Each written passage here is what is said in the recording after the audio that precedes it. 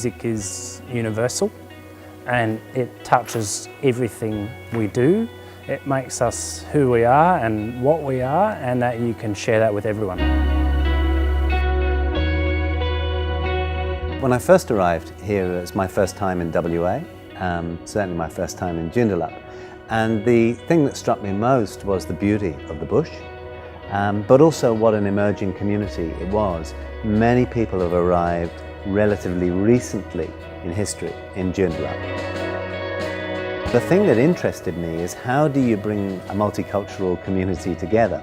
It seemed to me that the stories about our area, to some extent, be taken on by everybody who moves to an area so that they are allowed to create roots, if you like.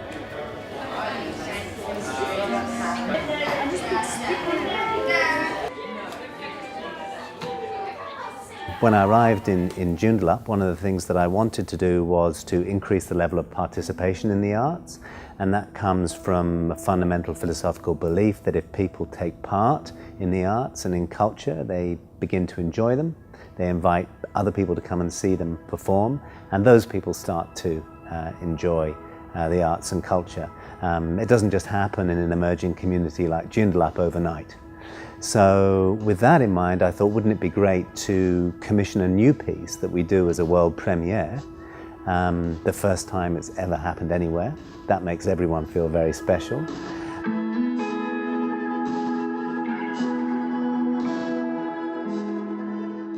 I first thought of the composer, Alberto Caruso, because I thought he would write music that was challenging but also accessible.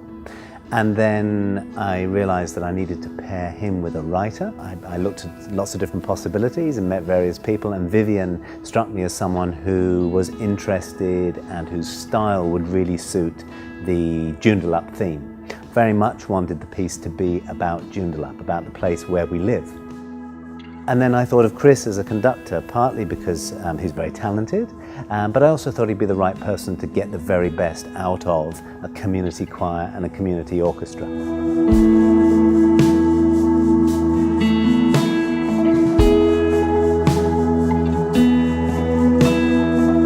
The poems are essentially landscape poems, and they're based around Lake Joondalup. But I didn't want them just to be descriptive poems of plants and of the lake, of the way that the water ripples. I didn't want it to be that. I wanted it to have more of the social interaction that we have with the lake. So each of the 4 poems has a particular focus. Banuru Songs is a suite of 4 poems, 4 songs, that are all based around Lake Joondalup, and they range from the history of the lake to the landscape, and to also the way that the social use of this area. The first one is called Late Summer Melody. I'm using the metaphor as a way to describe the landscape. The refrain is, the air is fresh with Banuru songs, late summer melody. The lake resounds with Banuru songs, time's seasonal symphonies. The second one is When the Lake is a Question, and that is more about how we use the lake. There's a golf course, that people have picnics there. You might find that lovers strolling hand in hand, stealing a kiss as they walk past, children running around. So there's much more of that, the social use of this area. The third one is Always Near. And with Always Near, I'm trying to imply the relationship, the deep past with the Indigenous culture with this area. It's a very important Indigenous site. And I've integrated some Indigenous language with there, and we work with a consultant, Ingrid Cumming, and she's helped us with some of that and some of the stories around that area that are part of this.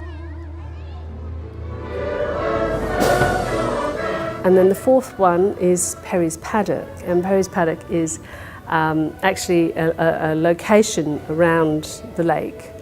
It's an old homestead, and they've left the building there, but it's kind of becoming part of the landscape now. There's the grass grows up around it. There's the roof is kind of rusting a little bit, and there's some bits of farm machinery still there. So it gives a sense of that, the more recent past, and that this never used to be a suburban area or an urban area. This used to be a farm at one point, this area, and the first colonising of that land and the growing of vegetables and fruit and crops there that happened.